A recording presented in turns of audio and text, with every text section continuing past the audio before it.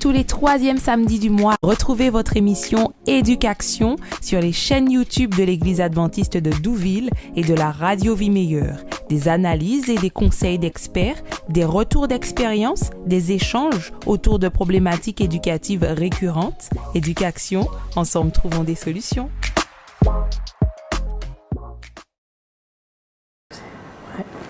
Auditeurs de la Radio Vie Meilleure, chers amis internautes, bonjour. Nous nous retrouvons pour notre émission Éducation et j'éprouve un immense plaisir à vous accueillir. Éducation vous est proposée tous les troisièmes samedis du mois à 15h. À chaque émission, nous avons avec nous des intervenants de qualité qui nous aident à apporter des réponses à des problématiques éducatives récurrentes, sensibles parfois, mais trop souvent tabous. Nous espérons, grâce à cette émission Éducation, permettre aux éducateurs qui nous suivent d'aborder la relation éducative de façon plus sereine, plus positive et surtout plus productive. Nous aspirons à ce qu'Éducation contribue à faire évoluer les paradigmes en matière d'éducation. Aujourd'hui, la problématique que nous traiterons est la suivante. Mon enfant gère très mal sa colère, que dois-je faire ? Pour nous accompagner dans la réflexion sur cette problématique, nous avons avec nous Sandrine Joinville, médiatrice familiale, Franz César, psychologue, Pierre Dufait, pasteur de l'Église adventiste du 7e jour. Bonjour à tous. Bonjour. Bonjour. Nous allons tout de suite découvrir notre situation de départ, la situation qui guidera notre échange cet après-midi. Martine est une maman solo âgée de 36 ans. Son fils Mathis a 7 ans. Le père de Mathis les a quittés un an après la naissance. Depuis que Mathis est rentré à l'école élémentaire, il a de sérieuses difficultés à gérer ses émotions et notamment la colère. L'équipe éducative de l'établissement scolaire se plaint de son comportement. La semaine dernière, il a frappé violemment son camarade car celui-ci avait utilisé son taille-crayon sans lui demander la permission. À la maison, Mathis a aussi un comportement violent lorsqu'il est mécontent. En effet, il lui arrive de briser des objets, taper dans les murs pour signifier sa frustration. Martine ne sait plus quoi faire. Elle voudrait aider son fils. Elle refuse d'utiliser la violence, ce qui, selon elle, pourrait renforcer son agressivité. Nous allons donc échanger autour de cette situation et voir un peu comment nous pourrions aider Martine, mais aussi toute maman, tout papa, tout parent qui pourrait se retrouver dans cette situation. Alors, il est bien ici question de la gestion des émotions chez l'enfant. Comment définir, et je m'adresse principalement à Franz César, comment définir le terme émotion? Alors, l'émotion, c'est l'expression de notre vécu, de notre ressenti dans le monde. D'accord. Dans une situation donnée, dans une interaction ou vis-à-vis de nous-mêmes. C'est donc notre ressenti qui va se traduire de cette façon. Toutes nos émotions sont toujours la traduction de notre rapport à l'environnement ou à nous-mêmes. Ça veut dire l'expérience subjective que nous vivons. D'accord. Va se décliner sous cette forme. Toutes les émotions sont ainsi. D'accord. Et comment se crée une émotion? Alors, c'est biologique. Il y a un substrat biologique. Puisque, en fait, nous avons dans le cerveau humain ce qu'on appelle le système limbique, qui est le cerveau des émotions, qui se décline en 4 structures. Nous avons le thalamus, où arrivent tous les ressentis de la vie. C'est une structure, on appelle ça sous-corticale. Donc, c'est très localisé. Donc, tout rapport au monde va se décliner par un déclenchement du thalamus. D'accord. Le thalamus va transmettre un message. Donc, c'est électrique et chimique. Donc, on a un substrat biologique et électrique. Donc, va transmettre un message à l'hippocampe. OK. Et l'hippocampe est le lieu, alors à l'amygdale d'abord, qui va trier et répartir dans l'hippocampe comme une mémothèque, la bibliothèque des émotions. Ça va être l'hippocampe. Mais l'amygdale va être la gare de triage. D'accord. Après cette troisième structure qu'est l'hippocampe où on va stocker les émotions, l'hypothalamus va provoquer un ajustement postural. Donc, augmentation de la circulation sanguine, augmentation de la respiration. Il y a un certain nombre d'hormones qui vont interférer sur ce qu'on appelle le système parasympathique au niveau de notre organisme. C'est vraiment ça qui se passe au niveau de l'émotion. Donc, en fait, il y a une interprétation de la situation que l'on vit. Oui. Et en fonction de cette interprétation, le cerveau, peut-être, tu as défini en fait la partie du cerveau qui va générer une émotion par rapport à déjà l'interprétation que nous on fait de cette situation. D'accord, merci beaucoup. Et quand on par gérer ses émotions, et là je m'adresse à tous les intervenants, quand on par gérer ses émotions, à quel moment dit-on qu'une personne gère ses émotions?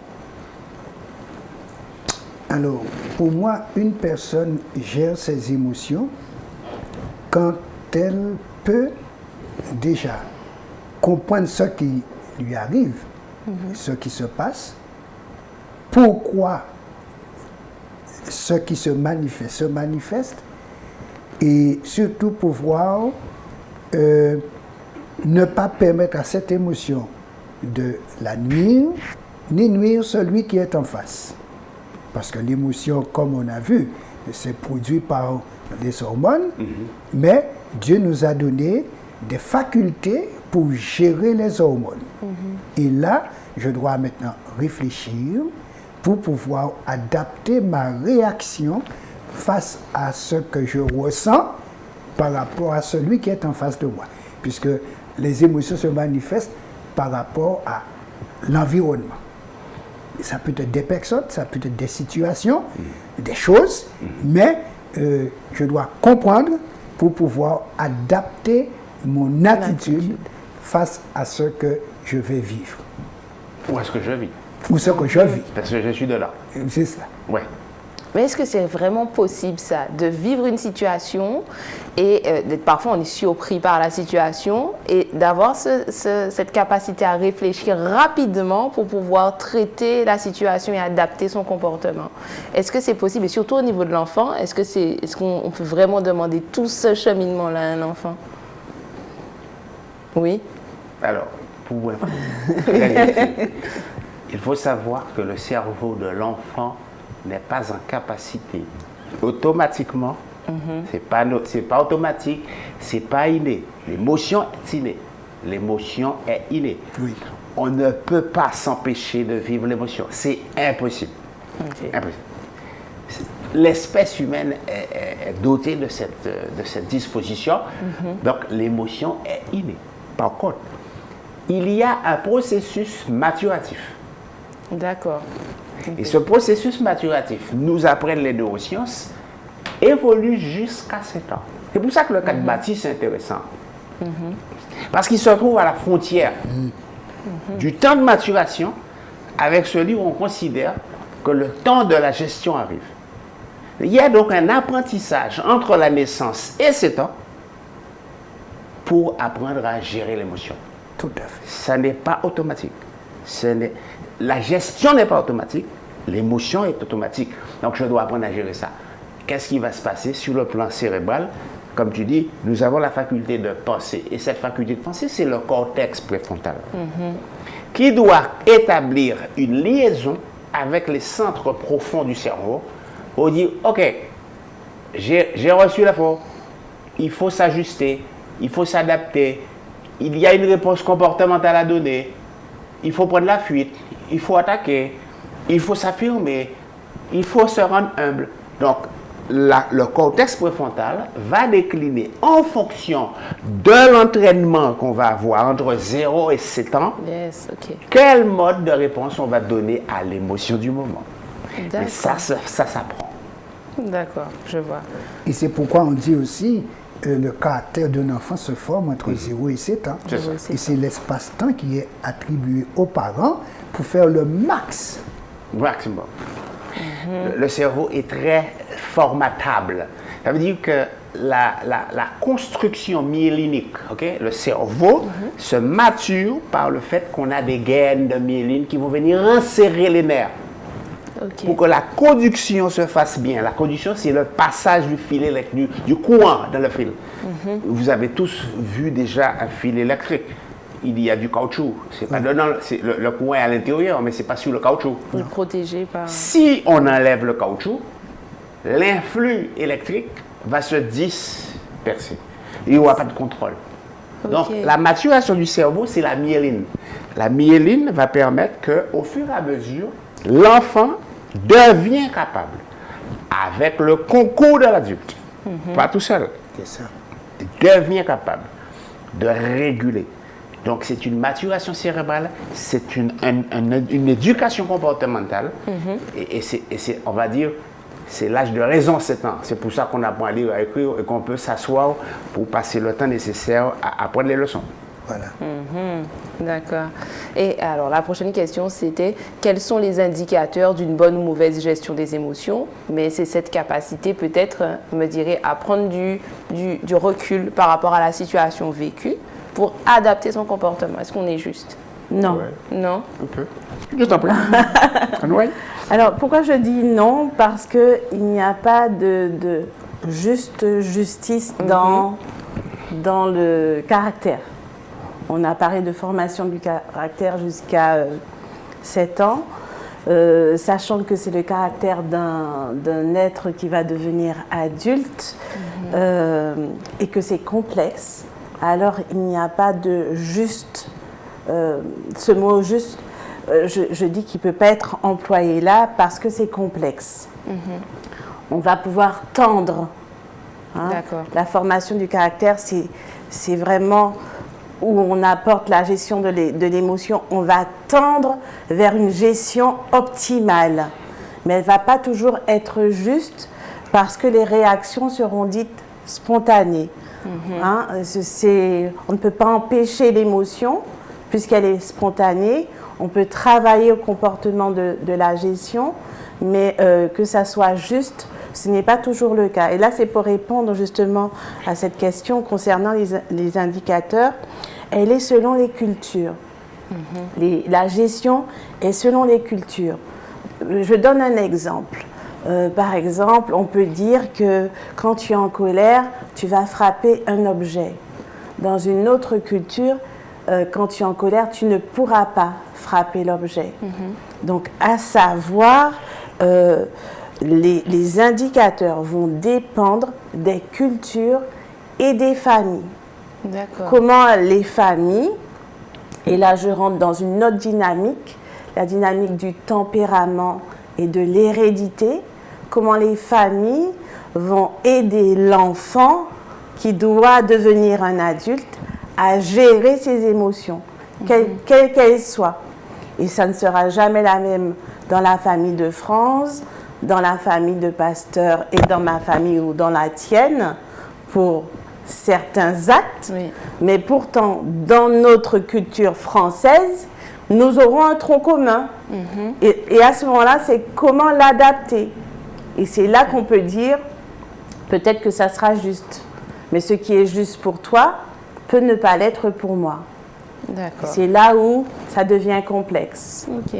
Et en fait, c'est parfaitement juste parce que les règles sociales dans différents milieux de vie, dans différentes familles, vont donner le cadre à l'intérieur duquel l'émotion est autorisée à s'exprimer, à se gérer en fait. C'est de ça que tu parles, Sandrine, effectivement. Ce sont les règles sociales. Donc dans certaines, chez les Japonais, je crois, on ne doit pas laisser ça s'exprimer pour ce qui concerne les émotions dites négatives. Et même les émotions de la joie, ça va être extrêmement contrôlé. Alors que chez les Méditerranéens, chez les sudistes de la France métropolitaine, on peut se lâcher, quoi. Donc il y a un cadre effectivement social qui permet de définir ces indicateurs. Donc selon que l'individu va s'ajuster avec les règles sociales de son cadre de vie, on dira qu'il est, en mode bonne gestion ou pas bonne gestion. C'est le groupe qui dit ça en fait. Exactement. Donc ce serait sa capacité à s'adapter à comment, de façon globale, dans sa société se gèrent les émotions. Oui, parce que l'objectif, c'est de ne pas rompre le lien. On l'a dit au tout début, c'est la façon dont on va gérer nos relations avec les autres. Donc la gestion de l'émotion, c'est comment tu vas permettre d'être en altérité, d'où l'apprentissage dès le jeune âge. D'accord. Ok. Alors il y a des chercheurs qui ont formalisé ça en disant il y a rupture du cadre ou gestion dans le cadre. C'est ça en fait dont tu parles. Okay? Donc la rupture du cadre, c'est qu'on va faire une effraction à ces règles sociales et ça ne va pas être accueilli favorablement parce qu'on estime qu'on peut exprimer comme ça, pas autrement. Donc selon le cadre qui a été défini, on pourra parler des indicateurs. Donc les indicateurs vont être variables. D'accord, ok. On ne peut pas demander à un enfant de 3 ans de gérer son émotion comme un gamin de 7. Oui. Le cadre ne peut pas être le même en fait. Ok. On ne peut pas dire que l'enfant gère bien ses émotions parce qu'à 3 ans, il fait comme un enfant de 7 ans. C'est pas normal qu'un enfant de 3 ans fasse comme un enfant de 7 ans. Donc là, on aura un trouble de la gestion des émotions. Parce que parfois, un enfant de 3 ans à qui on a appris très tôt qu'il ne faut pas exprimer ses émotions, c'est un enfant en souffrance. Donc le bon cadre pour lui, c'est un cadre souple qui accueille le fait qu'il est immature. Mais qui n'oublie pas que la finalité, c'est qu'on va l'amener pour qu'à 6 ans, 7 ans, il soit en mode gestion réfléchie. Et mettons avec ça, par rapport à ce que tu dis, France, mettons avec ça le dynamisme de notre société actuelle, où l'enfant est décideur, par exemple, où l'enfant sait ce qu'il veut, où l'enfant doit être bien, le parent doit être bien, et c'est là où ça se rajoute dans cette gestion de cadre que tu es en train de parler, toute une complexité. Et c'est là où c'est intéressant. C'est intéressant. On est sur une problématique d'époque. C'est Oui. ça. Les droits de l'enfant. Oui. Il y a une vingtaine d'années, même un peu plus, on a vu arriver une tempête avec la question de la gestion des frustrations. Oui. C'est ça. Alors, on va progresser. Quelles peuvent être les conséquences d'une mauvaise gestion des émotions? Sandrine, vas-y. Alors, je pense que si effectivement on n'apprend pas à l'enfant à gérer correctement ses émotions, on va voir s'installer chez cet enfant le faux schéma de tout m'est dû, de l'enfant roi, celui vers qui devient le centre quoi. La personne peut devenir égocentrique, égoïste et à la fin peut devenir pervers narcissique certainement, puisque avec cela c'est toujours lui qui doit être le servi, le reconnu, l'accepter, ayant toujours raison. Et on dit que quand on a toujours raison, on se fait un très grand tort et on fait du tort autour de soi. Ok. Oui. Je compléterai ce que Pasteur Dufay est en train de dire, mais dans l'autre sens. Dans le sens où ça peut aussi générer des regrets, de l'humiliation, ça peut rompre le lien, ça peut créer non seulement ces enfants rois, comme tu expliques, et ça peut créer aussi des personnes qui ont continuellement honte d'exister. Tu vois, il y a tellement d'aspects puisque c'est complexe. Et là, on parle de colère, on parle aussi de joie, de tristesse, ou peu importe. Ce qu'on se rend compte principalement, et l'enfant roi en est vraiment une preuve extrême, c'est l'isolement de l'individu dans son centre, dans son environnement. Ok. Soit en étant un roi, soit en étant un rien. Alors, ce que vous dites est très intéressant et ça nous montre vraiment la nécessité pour les éducateurs que nous sommes de vraiment être dans l'observation face aux enfants qui nous entourent et de réajuster à chaque fois et d'apporter des éléments pour recadrer, pour accompagner l'enfant dans une bonne gestion, en fait. Il y a besoin de pilotage. Si l'émotion, comme on l'a dit au début, consiste à nous renseigner sur notre rapport au monde, mauvaise gestion des émotions va se traduire par un mauvais rapport au monde. Tout à fait. Voilà. Je disais tout à l'heure, on va perdre le bénéfice de la relation. Je l'ai évoqué dans le face-à-face. Parce qu'on va abîmer l'autre. si on ne gère pas bien la colère, si elle est excessive, parce qu'en fait la colère n'est pas une mauvaise émotion, j'avais amorcé cette idée-là, mais si elle n'est pas bien gérée, cette colère va impacter l'autre et va nous faire perdre le bénéfice du rapport à l'autre. Parce que personne n'aime être soumis à l'expression violente de la colère de personne. Non. Mais il y a une autre conséquence de la colère, c'est que ça produit des hormones négatives en nous. C'est-à-dire ça produit l'hormone du stress, qu'on appelle le cortisol souvent. Et c'est très important de savoir que trop de colère va provoquer des cancers. Ah ben oui, Bien sûr. c'est connu. Ben oui, ben oui, parce qu'on est intoxiqué, puisque l'hormone est en trop grande quantité. Normalement, la colère, ça doit durer 5 minutes. Mais si dans une journée, tu t'es énervé 5-10 fois, c'est autant de fois que tu as sécrété cette hormone négative-là, qui est une bonne hormone en petite quantité, mais qui en trop grande quantité devient toxique. C'est comme le sucre. Ouais. Donc ça crée des maladies. Oui, et c'est pourquoi, effectivement, je comprends mieux ce verset de la Bible où l'apôtre Paul dit dans Éphésiens 4, versets 26 et 27, si vous vous mettez en colère, ne péchez point.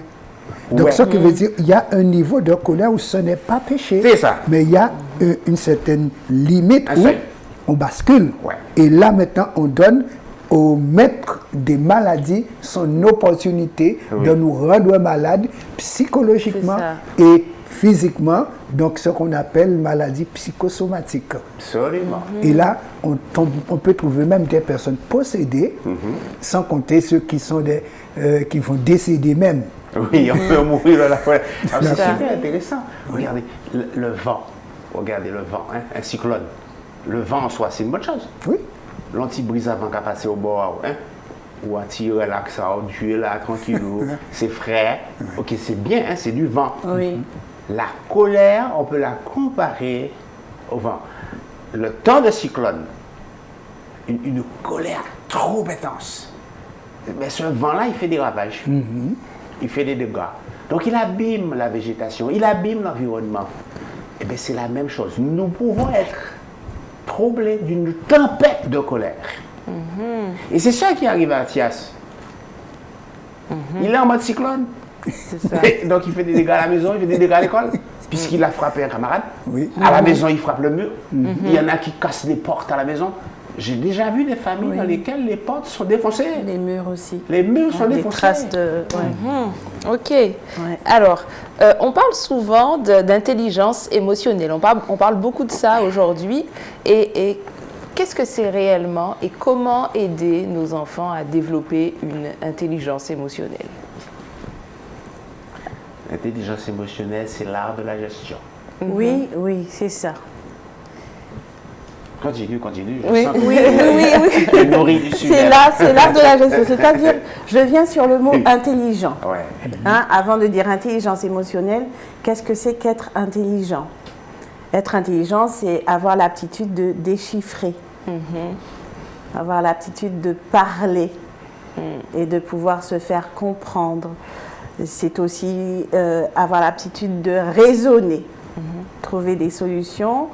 Et l'intelligence aussi va passer par les gestes, avoir l'aptitude de se mouvoir. Et ce que France est en train de dire, c'est comment un enfant peut acquérir en fait cette intelligence, et elle ne peut pas l'avoir dès la naissance. Impossible. Puisqu'on apprend à marcher. Hein. Et souvent le pédiatre aime dire que tu ne peux pas demander à l'enfant de ne pas faire pipi sur lui s'il n'arrive pas à monter les marches. Il n'aura pas l'aptitude à tenir le pipi et aller dans le pot, hein, comme un enfant entre 15 et 24 mois à peu près. Trop tôt, c'est trop tôt. Ouais. Plutôt attendre 20 mois. Ou 20, Ouais, 20. voilà. Plutôt attendre 2 ans, mais on peut démarrer un tout petit peu avant. On peut démarrer un petit peu avant. Sauf que certains parents pensent que comme l'enfant de un tel a marché avant, donc leur enfant aussi peut non seulement marcher, mais retenir le pipi. Alors que l'intelligence ne s'acquiert pas de la même façon pour tous les enfants. Et c'est important d'être dans cette globalité du développement de l'intelligence chez l'enfant pour pouvoir lui transmettre l'éducation comportementale, donc l'intelligence émotionnelle. D'accord, ok. Ok, d'accord. Et effectivement, et cette intelligence, c'est si important que sans intelligence, il ne peut pas y avoir de maîtrise. C'est ça. Parce que, je prends un cas au cadre. J'ai fait toutes mes années scolaires sans comprendre ce que ça veut dire racine carrée. Pour le mathématicien, racine carrée, c'est ce qu'il dit. Mais moi, en tant qu'élève, on ne m'a pas appris au fond ce que c'est que racine carrée. On m'a dit racine carrée. Et j'ai passé de 6e à terminale sans comprendre racine carrée, sans pouvoir utiliser racine carrée. Il a suffi que j'aille au Mexique avec un professeur en 20 heures de cours de mathématiques. Il m'a appris ce que c'est que racine carrée, comment on travaille racine carrée, et j'ai vu que ce n'était pas si carré que cela. Voilà. Donc à partir du moment qu'on a compris le fonctionnement, le jeu, on devient maître du jeu. Et on peut jouer agréablement. C'est ça. C'est super intéressant ta métaphore. Ouais. En fait, les enfants ont besoin qu'on leur mette des mots. Oui. Ce que tu vis là, c'est ça. Voilà. Ça veut dire ça. Et ça t'appelle à faire quelque chose. Voilà. Ah bon? Donc on doit accueillir la colère, puisque c'est notre thématique. On doit l'accueillir non pas en disant qu'elle a le droit de s'exprimer comme elle veut, on doit l'accueillir pour dire que c'est le signal de quelque chose. Voilà. Oui. Ouais. Donc on va le décoder avec toi.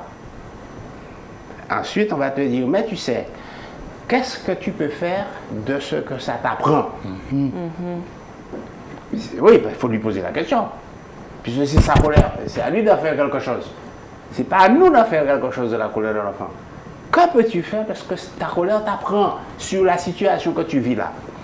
Donc pour Mathias à l'école, Mathis à l'école, on pourrait se dire, mais ton camarade a récupéré un matériel à toi et tu l'as bousculé.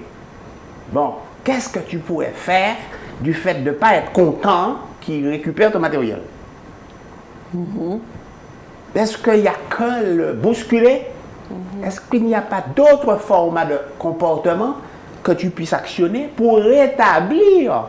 Parce qu'en réalité, Mathis, qui veut se rétablir le fait que sa propriété demeure sa propriété, ou faire en sorte que quelqu'un soit informé, quand tu touches à mes affaires, il va t'arriver du malheur.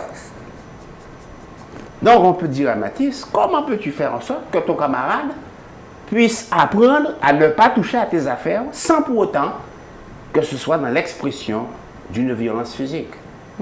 Et là, on va l'aider à découvrir toute la palette des comportements possibles, y compris de la communication, parce que tu nous as dit, on doit le parler, on doit l'exprimer, on doit aussi l'agir. Donc, comment on va utiliser toute la palette des moyens disponibles, c'est ça l'intelligence émotionnelle. Je reconnais l'émotion, je décode son sens et je mets en œuvre un comportement adapté pour répondre à ma satisfaction. Voilà. Ça sous-entend que la personne qui aide Mathis à gérer le truc, quoi, est quelque part OK. Et souvent, ce qui se passe, c'est que, et là, dans cet exemple-là, une mère qui entend que son enfant a frappé quelqu'un d'autre avec un crayon, et etc., elle peut mal gérer cette information. Donc, ne pas pouvoir rentrer dans le décodage de l'émotion. D'accord. Parce que là, il faut rajouter, d'où la complexité, il faut rajouter une mère qui a un enfant qui frappe un autre. Qu'est-ce que ça lui fait? Est-ce que ça ne va pas aussi la mettre en colère? Comment elle va arriver à ne pas être gênée de cet enfant qu'elle a mis au monde qui devient violent? Il y a tellement de choses qui se jouent là. Et c'est pour ça que je dis, sous-entendu que cette maman soit OK avec ça. Et c'est ça qui n'est pas toujours évident. Parce qu'il y a le contexte, il y a l'histoire, il y a l'histoire de vie, l'histoire de la société, il y a tout. Et là, on se dit, ben, est-ce que je peux rendre quelqu'un intelligent si moi, je me crois non intelligente? Parce que je ne dis pas qu'elle n'est pas intelligente. Certaines fois, on se croit pas suffisamment intelligent pour transmettre l'intelligence. Ok. C'est intéressant parce que, rappelez-vous souvent quand dans notre culture on dit « Tchébékoa ». Oui. Ok? Le sujet, tu vois, c'est pour Baptiste, c'est ça en fait. C'est ça. Si on lui dit Tchébékoa, ce que dit Sandrine, on ne le fait pas. Parce qu'en réalité, il a besoin qu'on la reconnaisse, qu'on lui dise ce que ça signifie, ou qu'on l'aide à découvrir et qu'on l'aide à gérer. Et si on lui dit Tchébékoa, ben, en fait, on est en train de dire il faut annuler la colère. C'est ça. Il faut annuler le comportement que tu as. Et il faut même pas essayer de comprendre le sens de ce que tu vis là. Donc, quand on fait la répression de cette façon-là, mais il y a 10 000 manières de faire la répression. On peut aussi ignorer l'expression de l'émotion et ne pas s'occuper de celui qui est en colère. C'est aussi une façon de ne pas reconnaître et de ne pas vivre en intelligence. Donc, être intelligent soi-même dans la gestion de nos émotions est une condition nécessaire pour rendre les enfants qualifiés pour l'intelligence émotionnelle. C'est ça, tout à D'où fait. l'importance de l'attitude des parents. Et c'est pourquoi on dit on enseigne, on éduque d'abord par sa propre attitude, puisque l'enfant en général ce qu'il fait, il nous photocopie. Oui. C'est ça. Et il va donc intégrer l'image que nous lui envoyons. Donc si nous essayons de le traiter par la colère, il croira que c'est quelque chose de tout normal, puisque maman aussi se met en colère. Et à l'école, il va être plus haut en colère que ses camarades. Mais voilà. Il va faire dans la surenchère. C'est Voilà, un puisque cycle. c'est un cycle, c'est une norme, quoi. C'est C'est ça. un mode. Les règles sociales. Voilà. À la maison, on fait comme ça. Hein? Oui. D'accord. Et quand Ok. cet enfant va grandir, va devenir conjoint plus tard, bon, c'est continuité de vie. On a vécu ainsi à la maison. D'accord. Donc après, il y aura toute une rééducation à faire. Et pour éviter Ouais. cette rééducation, il faudrait accompagner dès le départ. Ouais. Voilà. Alors pour accompagner bien, il faut être bien bâti soi-même. C'est ça. Parce que souvent, nous aurons des hommes qui vont exercer ce qu'on appelle de la violence conjugale. Donc, ils vont avoir des passages à l'acte violent. Ok, ça, c'est le fruit de la colère. Et puis, chez les femmes, c'est pas leur point fort, mais ça va être babier. Parce que dans babier, il n'y a pas d'intelligence émotionnelle non, Non, plus. non. Et dans les deux cas, que ce soit l'homme violent physiquement ou la femme qui babille, on n'est pas dans l'intelligence. On est dans le crétinisme émotionnel. Et c'est Ok. possible d'apprendre. D'accord, heureusement, c'est une bonne nouvelle. Et peut-on alors parler chez Mathis par rapport à la façon dont il gère sa colère, à ses crises de colère et aussi ses manifestations de violence, peut-on parler de troubles psychiques? Je sais pas. On va dire trouble comportemental. Oui, plutôt. D'accord. Oui. Plutôt trouble comportemental. Hein, c'est Ok. pas, on n'est pas encore au niveau du trouble psychique. C'est plus intense. Le trouble psychique, c'est un désordre plus structurel. Là, c'est juste un aspect singulier de la relation au monde qui n'est pas bien géré. Donc c'est D'accord. un vrai trouble comportemental. Ok, qui pourrait avoir des conséquences psychiques après. Ok, ça peut se décliner comme ça. D'accord. Alors- C'est important, excuse-moi de te couper, c'est important parce que on est vraiment dans, quand je dis on, notre société est a toujours besoin de justifier certains actes par des troubles psychiques ou psychologiques. Alors que c'est comme on dit les antibiotiques, c'est pas systématique.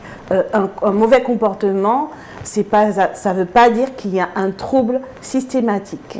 C'est peut-être justement une carence éducative, Oui. hein, C'est ça. une imitation. Ça peut être tout ça, parce que l'enfant peut penser qu'il fait bien. Hein.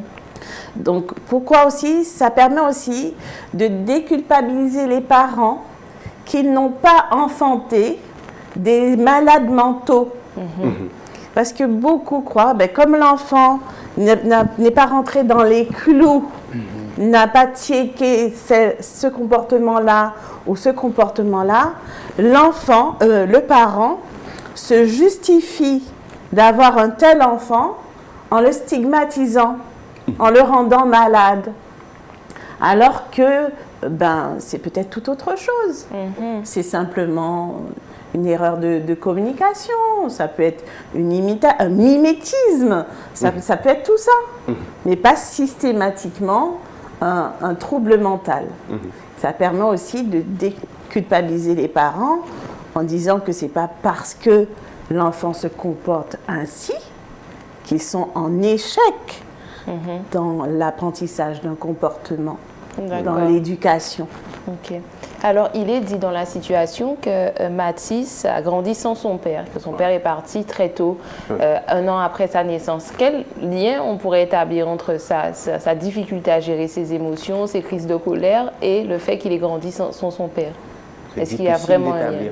C'est difficile d'établir un lien de cause à effet de cette manière. Tout à fait. Puisque nous ne connaissons pas l'histoire de la relation avec la maman. Vous savez, il y a des femmes seules, comme des hommes seuls, moins souvent que des femmes, mais c'est la femme seule qui élève leur enfant sans qu'ils aient accès à ces excès de violence, et de colère, un excès de l'émotion colère. Donc ce n'est pas systématique. Je pense que ce n'est pas plus l'absence du père qu'il faut mettre en cause que le déficit d'apprentissage au contact de la mère et du groupe social d'appartenance. Tout à fait. Parce que des fois, il y a des mamans qui élèvent leurs enfants, mais qui vivent à proximité d'autres adultes et qui interviennent dans l'éducation. C'est encore très fréquent chez nous. Exact. D'accord. J'ai grandi sans papa et jamais vu mon papa à la maison et je suis plus déséquilibré qu'un autre. Non, mais je ne te connais pas du tout dans la colère, toi. Pas du tout. Mais non, ce serait facile de pointer comme ça l'absence d'un des deux parents. C'est ça. Non, c'est plus compliqué. Parce que c'est vrai qu'on a tendance à dire quand ton enfant grandit sans un parent ou quand la famille n'est pas la famille traditionnelle qu'on connaît, on a tendance à faire un parallèle, un lien entre les difficultés éprouvées et le fait que la famille ne soit pas la famille traditionnelle qu'on connaît. On cherche plus à justifier qu'à se remettre en question. À questionner les choses. Voilà, c'est ça. Parce qu'un père absent peut être présent même étant absent. Un parent seul peut faire vivre le père ou la mère de l'enfant. Il y a aussi des figures paternelles, il y a aussi des adultes de soutien, il y a tout ça. Mais souvent, on cherche à justifier quelque chose, plus qu'à questionner, plus qu'à gérer, plus qu'à canaliser. Et puis, c'est intéressant de ne pas omettre de signaler quand même pour nos auditeurs, certaines fois, même une colère excessive est justifiée. Certains enfants ou certains adultes subissent des traitements inadaptés. Des fois, l'expression excessive de cette colère vient signaler il y en a marre. Voilà. Là, c'est trop. Et plutôt que de considérer que c'est un défaut d'intelligence dans la gestion de l'émotion, il faut considérer qu'à ce moment particulier, lorsque la circonstance est vraiment anormale, que c'est l'expression normale face à une situation anormale. Tout à fait. Et ça rétablit le jeu d'équilibre. Voilà, c'est ça. Oui, c'est ça. Et là, tu as bien dissocié. C'est-à-dire que tu n'es pas dans une globalité de la personne ou de sa vie. C'est vraiment cet instant de colère, il raconte quelque chose. Donc on le dissocie pour en sortir quelque chose. Une information, un questionnement, une interprétation. Voilà. D'accord. Ok. Et pasteur Dufait, quels conseils la Bible nous donne-t-elle pour nous améliorer en matière de gestion émotionnelle? Eh bien, s'il y a un manuel d'éducation par excellence, c'est la Bible.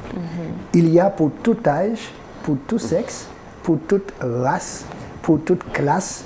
En fait, c'est le livre classe, quoi. Oui. Alors, puisque la Bible donne des conseils tant pour l'éducation de l'enfant, pour le jeune et pour l'adulte. Donc on est tous concernés par la Bible pour l'apprentissage et l'éducation. Parce qu'on dit éducation et rédemption, c'est une seule et même œuvre. Et Dieu, en tant que Père, éducateur, c'est tout ce qu'il fait, éduquer. Et c'est pourquoi dans sa Bible, nous trouvons des conseils appropriés pour gérer les émotions, puisque c'est lui qui a mis les hormones en nous et leurs fonctions, mais il nous donne de quoi gérer. Et nous avons 3 facultés pour gérer nos émotions. Première faculté, la conscience, prise de conscience, on en a parlé. Je prends conscience de mon environnement, des situations, et ensuite, je vais maintenant, à partir de cette prise de conscience, je vais maintenant, avec ma volonté, faire des choix. Et la 3e faculté, c'est la raison. Je dois donc raisonner, rationaliser pour adapter, mais adéquatement. Ainsi donc, la Bible nous dit, la première chose à faire, et qu'on doit apprendre à l'enfant à faire, c'est de dépendre de Dieu. Soumission. Soumission. Et là maintenant, on peut apprendre à l'enfant à se confier en Dieu face à des situations qu'il n'arrive pas à gérer et maîtriser. Pense à ton papa. Est-ce que ton papa aimerait que tu réagisses ainsi? Comment te regarde-t-il? Comment aimerais-tu qu'il te regarde? Donc, ça permet à l'enfant déjà de faire une petite réflexion sur lui-même, mais face à une autre entité au-dessus de lui. Et pour tout âge, c'est nécessaire. L'éducation commence au berceau et finit au tombeau. Ensuite, la Bible dit que nous pouvons apprendre le lâcher-prise. Parce que nous, notre problème, c'est de vouloir faire que les choses soient comme on le voit. Et la Bible nous dit, parfois il y a des situations qui vont nous glisser d'entre les mains. Donc, pouvoir permettre à ce que Dieu le traite, et c'est l'apôtre Pierre qui nous le dit, déchargez-vous sur Dieu de tous vos soucis. Parce que la colère est face à un souci, à un problème dont on n'a pas toujours la maîtrise. Donc, faire référence à un supérieur qui est à côté de nous, peut gérer mieux que nous. Et maintenant, on compte sur lui. Et ça, c'est efficace. Mais c'est un apprentissage, comme on a dit. C'est un entraînement. Un entraînement. Et on apprend à l'enfant à s'entraîner. Ce qui va maintenant arriver à la patience. Parce que la colère aussi, pour nous, c'est du tout de suite. Je veux obtenir ça tout de suite. Mais la patience permet psychologiquement d'obtenir ce qu'on veut, mais dans le temps. Donc c'est un apprentissage. Il y a également développer l'esprit de support par rapport aux autres qui sont et seront toujours différents que nous. Donc on va toujours trouver l'alter ego. Et par rapport à cela, maintenant la Bible nous dit développer l'esprit de support. Il n'est pas comme je voudrais, il n'a pas fait comme je souhaiterais. Bon, bien, je le supporte et je veux voir comment je fais avec lui. D'où la charité. Oui, l'amour qui supporte tout. L'autre n'est pas conforme, mais je veux voir quel bout de chemin je peux faire avec. Mais ce sont des choses qui sont importantes pour tout le groupe d'âge. Puisque à l'école, la socialisation est développée avec l'enfant et on apprend l'enfant à vivre en groupe. Groupe maison, groupe école, après groupe société, groupe travail. Et ça s'apprend déjà à la maison, au bas âge. Ensuite, qu'est-ce que la Bible nous dit ensuite? Oui, le pardon. Il y a un petit chant qui dit ceci. L'autre jour, mon petit frère a cassé mon beau camion. Moi, j'allais me mettre en colère. Et maman, bien vite, m'a dit, pardonner, c'est beaucoup mieux. Voici un cas, effectivement, en lien avec ce que Mathis vit. Oui, il se met en colère. Le camion est cassé, on ne peut pas le réparer, il est cassé, qu'est-ce qu'on fait? Bon, bien, pardonne ton petit frère. C'est beaucoup mieux que de se mettre en colère. Ce sont des réactions que la Bible nous encourage à avoir, et il y a des versets pour tout cela. Et finalement, la maîtrise de soi qui s'acquiert, eh bien, je dis c'est le plus gros des fichiers parmi les fruits de l'esprit et qui a beaucoup de gigas dedans. Ça prend plus de temps à être installé, la maîtrise de soi. Ouais, on doit commencer très tôt. Le téléchargement est plus long. Exactement. Alors, c'est ça. quels conseils on pourrait donner aujourd'hui à Mathis et à Martine? Concrètement, qu'est-ce qu'on pourrait conseiller à cette maman désespérée par rapport à son enfant? Première chose que je dis à cette maman, elle a une responsabilité devant Dieu pour amener son enfant au ciel. Et il y a des défauts qui ne vont pas passer la porte du ciel. Commencez par prier pour son enfant et avec son enfant pour que Dieu lui donne l'intelligence émotionnelle pour accompagner l'enfant. Et ensuite, à partir de tout ce que nous avons dit, pour qu'elle-même ne puisse pas mal réagir face à l'attitude de son enfant pour ne pas prolonger dans le temps un dysfonctionnement. Voilà. Oui, je voulais dire par rapport à ce que tu dis, pasteur, on entend aussi une maman qui est stable et mature dans son comportement. Et on a dit tout à l'heure que les émotions amènent des réactions spontanées. Et on parle souvent de réflexe, c'est-à-dire quand on nous cogne, la jambe elle monte. Et dans ce que le pasteur a dit tout à l'heure, pasteur Dufette a détaillé une méthodologie d'action et de réaction. C'est-à-dire, dans ce que je pourrais dire, c'est comment créer de nouveaux réflexes.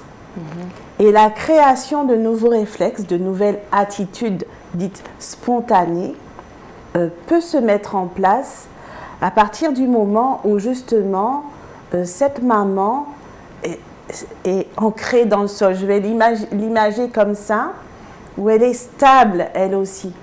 Il peut y avoir des moments d'instabilité, on en a parlé, les parents font ce qu'ils peuvent.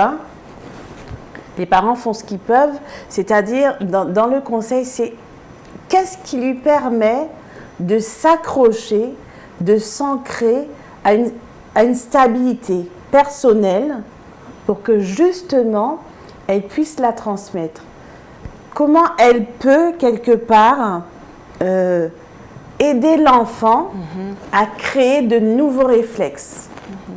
Alors nous, dans le cadre de la médiation, on parle de succession, répétition, extinction. Succession d'habitudes. Qu'est-ce qu'on peut mettre en place? Qu'est-ce qui va marcher? OK? Donc, quand ça va marcher, comment on va rendre possible une répétition? Et quand on a rendu possible la répétition, ça va nous permettre d'éteindre ce qui a gêné, par exemple une colère mal exprimée. Tu vois? C'est comme un conflit. Plusieurs attitudes se succèdent, se répètent et éteignent la relation.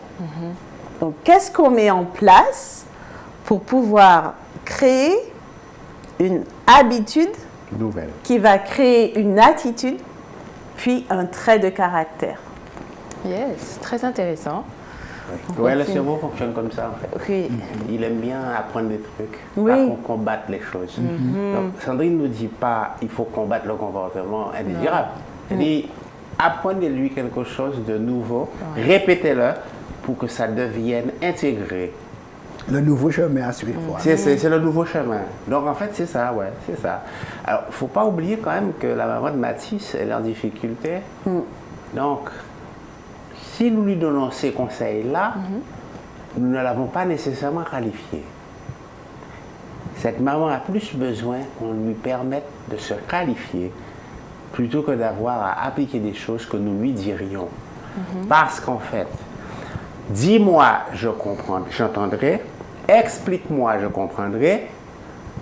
Apprends-moi à faire et j'apprendrai vraiment. On n'est pas qualifié en tant qu'apprenti dans une salle de cours. Il faut aller sur le terrain pratiquer. C'est devant le mur qu'on voit l'heure. Tu ne peux pas apprendre à faire à manger juste dans le livre. Non. Il faut déposer le livre et puis prendre les ingrédients et puis suivre la recette et puis faire une première fois et puis vérifier ça fait quoi. Oui, tout à fait. Cette maman part de là des conseils. Elle est vraiment en difficulté. Hein? Le gamin, il a passé l'âge où il devait déjà être calme. Hein? Donc, elle a besoin qu'on l'aide à découvrir quels sont les mécanismes qui n'ont pas été mis en place pour permettre à Mathis de rester en mode gestion, comme on le dit tout de suite là. Elle a besoin de connaître ces mécanismes et ensuite de s'entraîner à accompagner son enfant à la gestion émotionnelle. Certainement, dans cette pédagogie-là, elle passera aussi par la case apprentissage pour soi-même. Oui, C'est ça. Oui. Parce que c'est une maman qui n'est pas très qualifiée pour elle-même. Quand, tu as dit tout à l'heure, pasteur, quand on est qualifié, l'enfant fait en mode copie. Donc, nous sommes le moule dans lequel nous formatons le gamin. Donc, cette maman a besoin d'apprendre elle-même à gérer ses émotions. Souvent, on se rend compte que les gamins qui gèrent mal leurs émotions sont accompagnés d'adultes immatures. Ok. Et d'où la stabilité. Hein. Mais ça, elle ne peut pas l'apprendre seule. Donc Elle a ne va besoin- pas apprendre seule. Elle Ouais. ne va pas apprendre seule. Il faudra qu'elle soit aidée. Donc, on va l'encourager à se faire aider pour apprendre la gestion émotionnelle. D'accord. Alors souvent, la remarque qui m'est faite, c'est que on parle d'accompagnement, mais il y a certains parents qui ne peuvent pas se permettre le luxe de payer un psychologue, de payer un professionnel pour les accompagner. Et à ces parents-là, qu'est-ce qu'on pourrait dire? Parce que par rapport à ce qu'on dit parfois dans l'émission, c'est ce qui revient. Parfois, certains parents n'ont pas la possibilité de se faire accompagner. Comment on pourrait justement, cette maman, imaginer qu'elle n'ait pas l'argent pour se faire accompagner, qu'est-ce qu'on pourrait lui proposer? Alors, de ce que je sais, il y a une prise en charge de 6 séances depuis après Covid ou pendant Covid, où la personne qui a besoin d'une prise en charge psychologique n'a rien à payer. Ensuite, Oui, elle ne paye pas, c'est vrai. Oui. Enfin, elle peut payer un tout petit peu aussi, des fois. ou c'est selon Mais les elle paye ressources, pas, elle mais paye pas, c'est elle très paye pas. dérisoire. Ouais, hein. ouais, c'est peu. Et ensuite, il y a toutes les structures de réhab. Mais réhab, c'est tout ce qui rentre dans l'accompagnement éducatif et social des familles dans l'intérêt de l'enfant. Et ça aussi, c'est en fonction des revenus, mais la participation est très dérisoire. Donc, se tourner vers des associations subventionnées CAF, Oui, voilà. c'est ça. Oui, C'est ça. qui peuvent justement aider à l'accompagnement sans une prise en charge excessive. Ouais, ça, merci beaucoup. Et c'est se saisir aussi de ces émissions où on sélectionne des intervenants, des experts pour pouvoir au moins prendre conscience qu'il y a des choses à mettre en place pour s'améliorer dans notre relation avec nos enfants, mais aussi pour mieux accompagner ces enfants que nous éduquons. Nous vous remercions, chers intervenants. J'ai trouvé cette émission très riche. Nous avons reçu beaucoup d'informations. N'hésitez pas à transmettre le lien de l'émission aux personnes qui vous entourent, qui pourraient être intéressées par cette problématique. Ne gardez pas ce trésor pour vous-même, mais d'autres pourraient en avoir besoin. Nous tenons à remercier, nous remercions toutes les personnes qui contribuent d'une manière ou d'une autre à la réalisation de cette émission. Nous tenons à remercier Élie Deher qui nous accompagne à chaque fois et qui est tout le temps disponible pour nous dans le cadre de cette émission. Nous remercions aussi Maureen Brosius qui nous fait nos supports de communication. Nous remercions vous, chers intervenants, qui répondez souvent, très souvent présents par rapport à cette émission. Jérémy Ravillon à la réalisation vidéo, Pierre Échille à la réalisation son et Fatih Blocaille pour le streaming. Nous tenons, chers auditeurs, chers internautes, à vous remercier de votre fidélité. N'hésitez pas à liker cette vidéo si vous avez aimé et à partager autour de vous. Nous vous remercions et nous vous donnons rendez-vous le mois prochain pour une nouvelle émission Éducation. Éducation, ensemble, nous trouvons des solutions. C'était votre émission Éducation présentée par Corinne Blocaille.